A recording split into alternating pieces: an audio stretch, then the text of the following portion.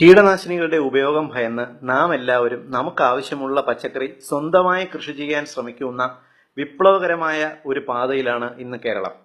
പക്ഷേ മറ്റു സംസ്ഥാനങ്ങളെ അപേക്ഷിച്ച് കേരളത്തിലെ മണ്ണിന് അസിഡിറ്റി അഥവാ അമ്ലത്വം കുറച്ചു കൂടുതലാണ്. അതിനാൽ ചെടികളുടെ ആരോഗ്യം വളരെ പെട്ടെന്ന് കുറയും. ആരോഗ്യം കുറയുന്ന ചെടികളിൽ പുഴുക്കളും കീടങ്ങളും ആക്രമിച്ചു തുടങ്ങുന്നു.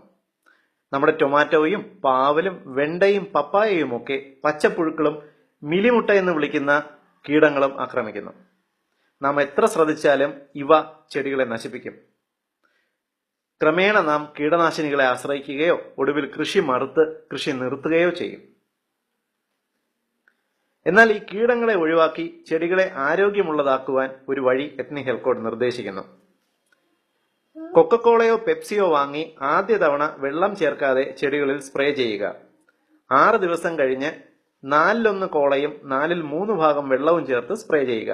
ആഴ്ചയിൽ 1 തവണ വീതം ഇത് ആവർത്തിക്കുക. നിങ്ങളുടെ ചെടികളിലെ മുഴുവൻ കീടങ്ങളും പൂർണ്ണമായും നശിക്കുന്നത് കാണാം. കൊക്കക്കോളയോ പെപ്സിയോ ഉപയോഗിക്കുന്ന ചില ഗുണങ്ങളുണ്ട്.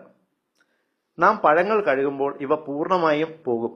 ഇത് പൂർണ്ണമായും വെള്ളത്തിൽ കഴുകിയാൽ പോകുന്ന ലായനികളാണ്. കൂടാതെ കോളകൾക്ക് മധുരമുള്ളതുകൊണ്ട് ഉറുമ്പുകൾ ചെടികളിൽ എപ്പോഴും വരാൻ സാധ്യതയുണ്ട്. ഇവ ചെറിയ പുഴുക്കളെ അപ്പോൾ തന്നെ കൊണ്ടുപോവുകയും ചെയ്യും. കോളകൾ കീടനാശിനിയായി ഉപയോഗിക്കുന്നത് ഉത്തരേന്ത്യയിൽ വളരെ പ്രചാരത്തിലുള്ളതാണ്. ഇത് വളരെ ഫലപ്രദവുമാണ്. കൃഷി ചെയ്യണം എന്ന് താല്പര്യമുള്ള എല്ലാവരുടെയും അറിവിലേക്കായി ഈ വീഡിയോ നിങ്ങൾ ഷെയർ ചെയ്യുക.